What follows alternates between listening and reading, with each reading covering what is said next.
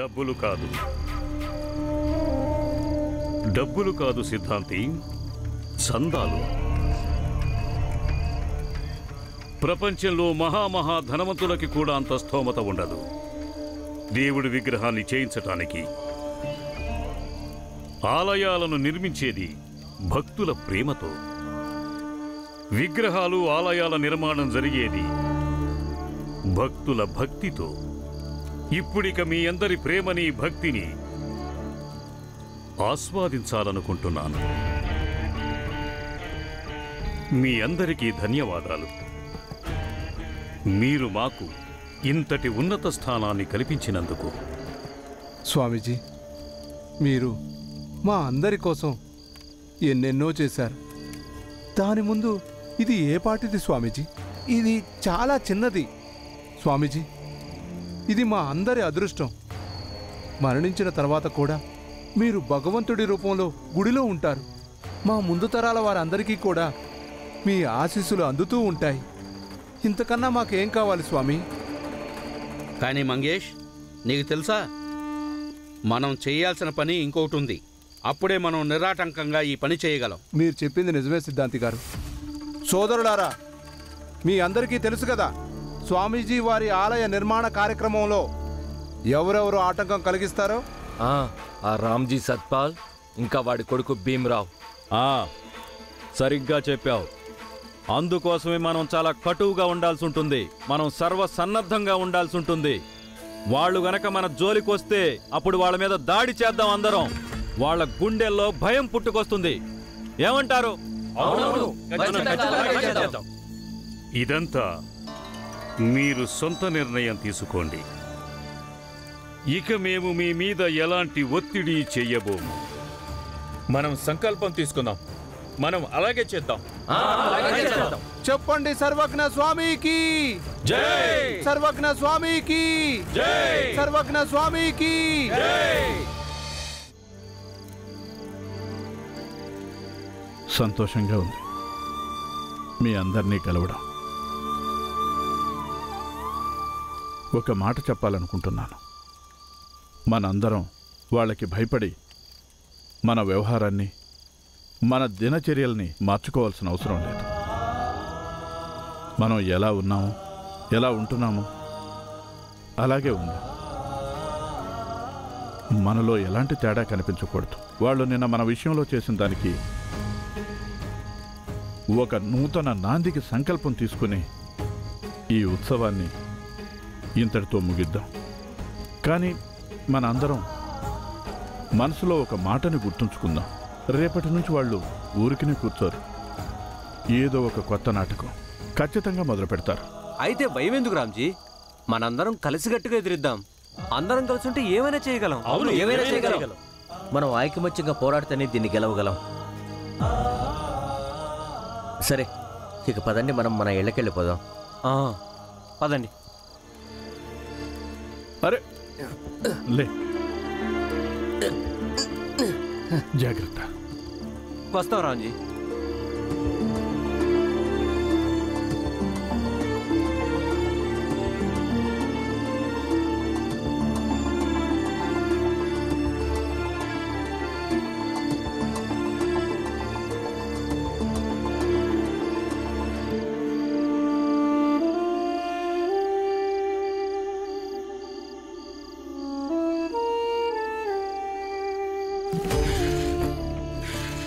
ఇదిగో చూడండి, ఇక్కడ దొంగ ఉన్నాడు. దొంగ!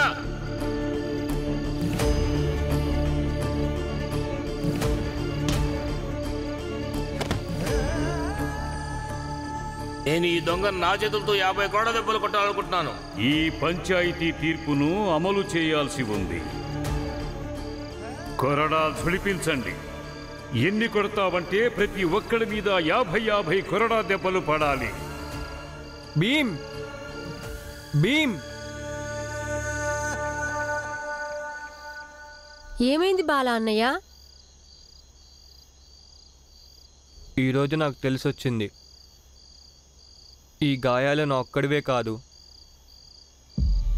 మన జాతికి చెందిన ప్రతి ఒక్క వ్యక్తిది.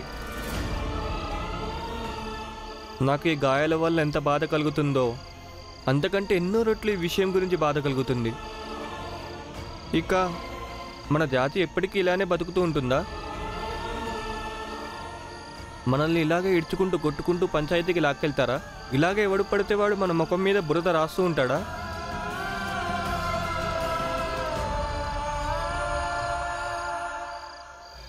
లేదు బాలా అన్నయ్య, ఎప్పటికీ అరాచకాలు సాగవు. ఒకనాటికి వ్యవస్థ మొత్తం మారిపోతుంది.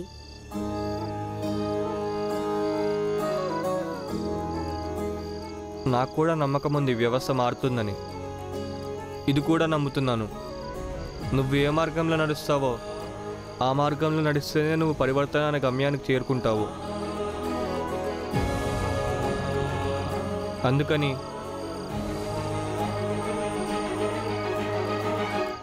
భీమ్రావ్ అంబేద్కర్, నేను బాలా రామ్జీ సత్పాల్ ఈరోజు నీకు మాటిస్తున్నాను. నువ్వు చేసే ఈ పరివర్తన పోరాటంలో నేను నీకెప్పుడు తోడుగా ఉంటాను, జీవితాంతం.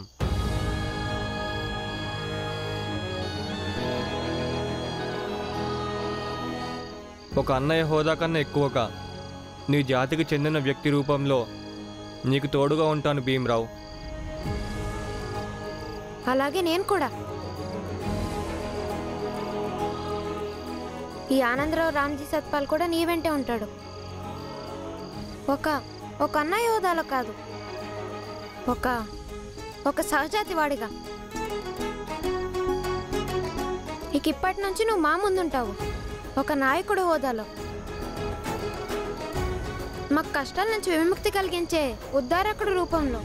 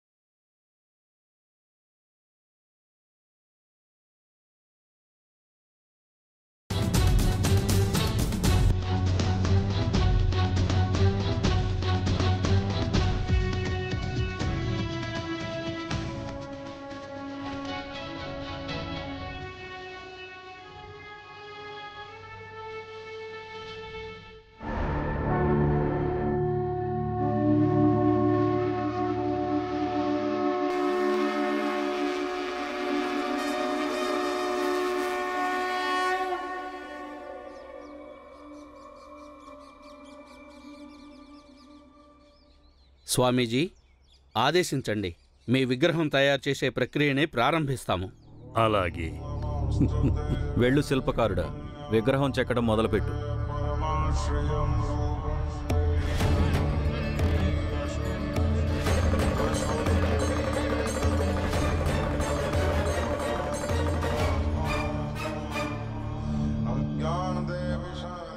చెప్పండి సర్వజ్ఞ స్వామికి జై! సర్వజ్ఞ స్వామికి జై! సర్వజ్ఞ స్వామికి జై! స్వామీజీ ఆలయం నిర్మించిన తర్వాత సతారాలోని ప్రతి ఒక్క వ్యక్తి స్వామీజీ విగ్రహానికి దండం పెట్టుకుని వెళ్ళాలి. మా పెద్ద జాతి వాళ్ళం ఆలయం లోపల, ఇంకా తక్కువ జాతి వాళ్ళు ఆలయం బయట నుంచే స్వామీజీ ఆశీర్వాదం తీసుకుంటారు. ఆనంద్, మనం కూడా భీమ్లాగా వ్యతిరేకించాల్సి ఉంటుంది. అవును బాలా అన్నయ్య. సోదరులారా, మన సంకల్పం గుర్తుందా? అవును శెట్టి గారు, మా సంకల్పం గుర్తుంది.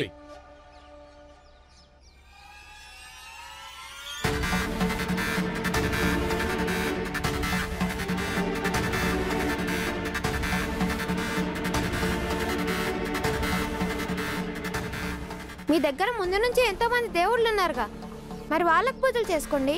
మళ్ళీ ఎందుకు కొత్త దేవుని తయారు చేసుకోవడం దండగా?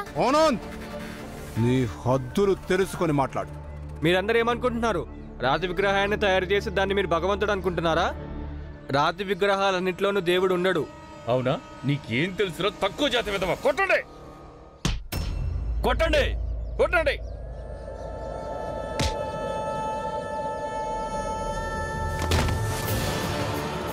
కొట్టండి కొట్టండి. పాపుల్లారా, మాకే జ్ఞానం నేర్పిస్తారా మీరు? ఇక మాటలు అనవసరం, మనం వీళ్ళకి బుద్ధి చెప్పడమే మంచిది సిద్ధాంతి గారు. అవును. ఇప్పుడు ఎవడైనా నోరు తెరిచి మాట్లాడాడంటే మీ మూతి పగిలిపోతుంది. మీరందరూ మా సంకల్ప బలంతో, మీ వివేకంతో మీ యొక్క మార్గంలో ముందుకు సాగండి. ఆనంద్, ఏమైంది? మీరు భీమరావు అన్నలు కదా, పైగా సుబేదార్ కొడుకులు. మరి ఇంత చవట్లేంట్రా? విసరమంటావా?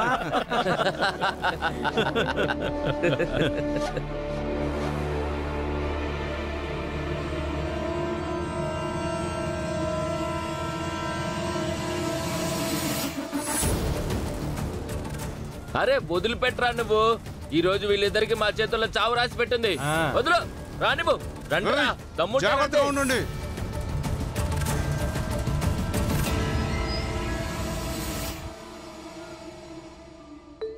ఇదిగో భీమ్.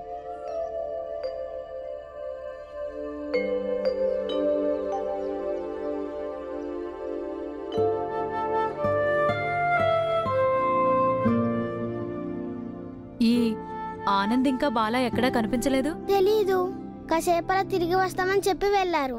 అన్నదమ్ములిద్దరూ గవర్నమెంట్ చెట్ల మీద జాంకాయలు కోసుకోవడానికి వెళ్ళుంటారు. అవును, బాలా అన్నయ్య సంతోషంగా ఉన్నప్పుడల్లా తనెప్పుడు జాంకాయలు కోసుకొస్తాడు. అలాగే మా అందరికి పంచి పెడతాడు.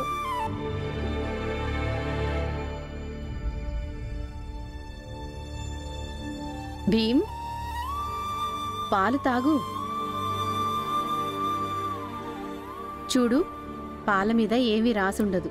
పాలు అమ్మ చేత్తో కలిపిందా లేక సవతి తల్లి చేత్తో కలిపిందా అని. తాగు.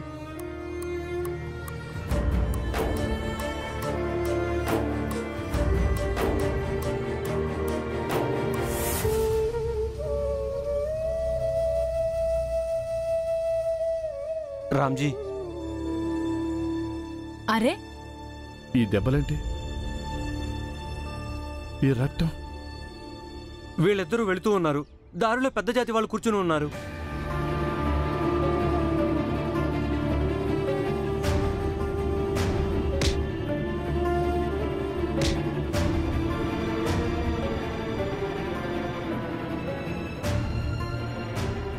నేను ఇప్పుడే వెళ్ళి వాళ్ళతో మాట్లాడి వస్తాను. వద్దు భీమ్, వాళ్ళు ఎవరి మాట వినే స్థితిలో లేరు. తిన్నగా దాడి చేస్తున్నారు. వాళ్ళ దాడికి భయపడి మనం ఇలా చేతులు కట్టుకొని కూర్చోలేం కదా. భీమ్, భీమ్ ఆగు.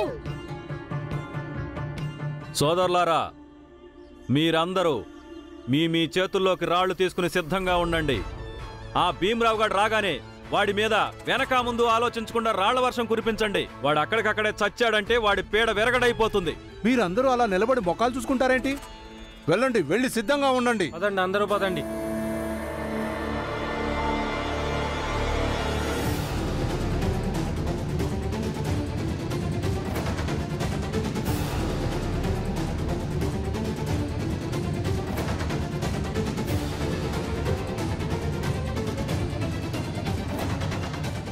ఈ అవకాశం మళ్ళీ మళ్ళీ రాదు.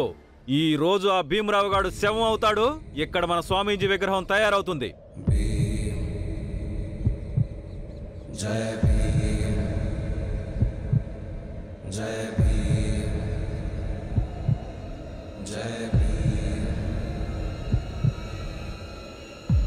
అదిగో వచ్చేశాడు. అందరూ సిద్ధంగా ఉండండి.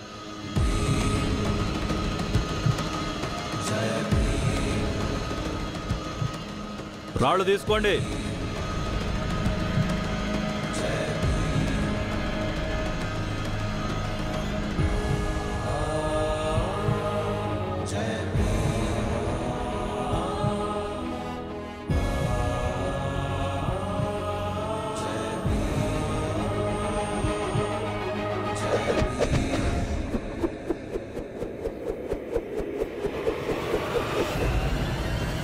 భరతమాత నుదుటిపై కొత్త రాతవి, శక్తిదాతవి, రాజాంగ కర్తవి, నువ్వు కన్న స్వప్నం సమానతే కదా, సమస్త జనులకి చరిత్ర నీ కదా.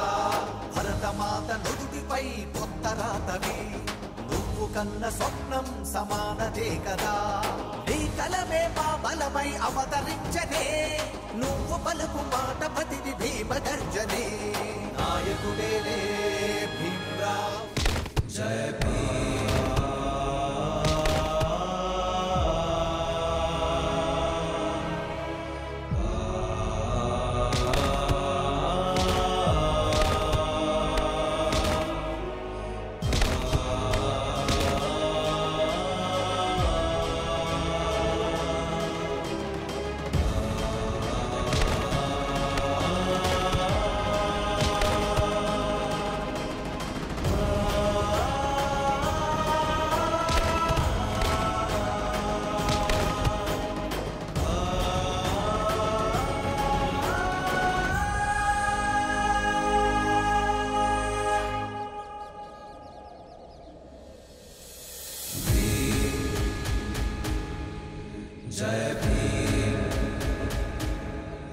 భీమ్రావ్ జిందాబాద్, భీమ్రావ్ వర్ధిల్లాలి, భీమ్రావ్ జిందాబాద్, భీమ్రావ్ జిందాబాద్, భీమ్రావ్ వర్ధిల్లాలి, భీమ్రావ్ జిందాబాద్, భీమ్రావ్ జిందాబాద్, భీమ్రావ్ వర్ధిల్లాలి, భీమ్రావ్ జిందాబాద్, భీమ్రావ్ జిందాబాద్, భీమ్రావ్ వర్ధిల్లాలి, భీమ్రావ్ జిందాబాద్, భీమ్రావ్ వర్ధిల్లాలి, భీమ్రావ్ జిందాబాద్.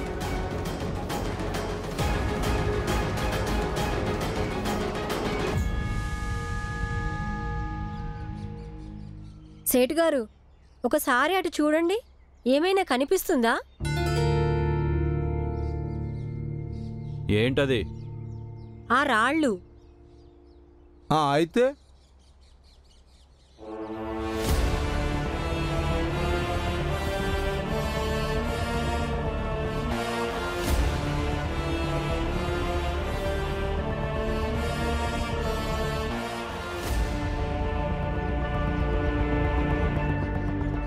ఏ రాళ్ళైతే ముందు మీ దగ్గర ఉన్నాయో అవి ఇప్పుడు వాళ్ళ దగ్గర ఉన్నాయి. ఇప్పుడు ఏదైతే ఆ రాళ్లతో మీరు చేశారో ఆ పని వీళ్ళు కూడా చేయగలరు.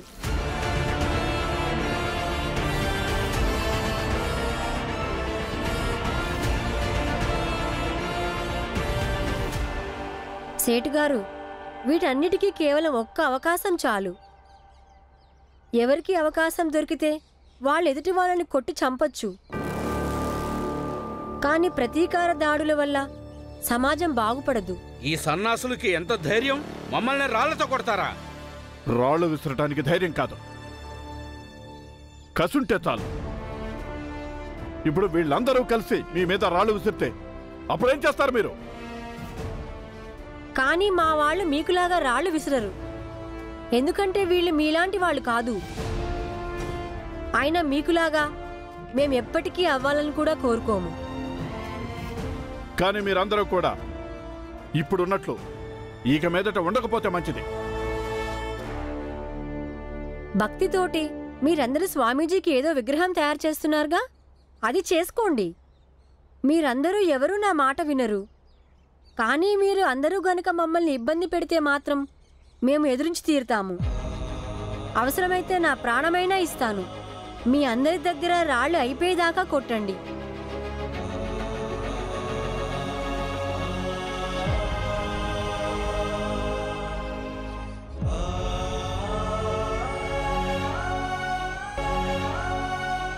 ఇక పదండి, మనం కూడా వెళ్దాం. నా ప్రాణం కాపాడినందుకు మీకు ధన్యవాదాలు. ఇప్పుడు నువ్వు ముందు నడు.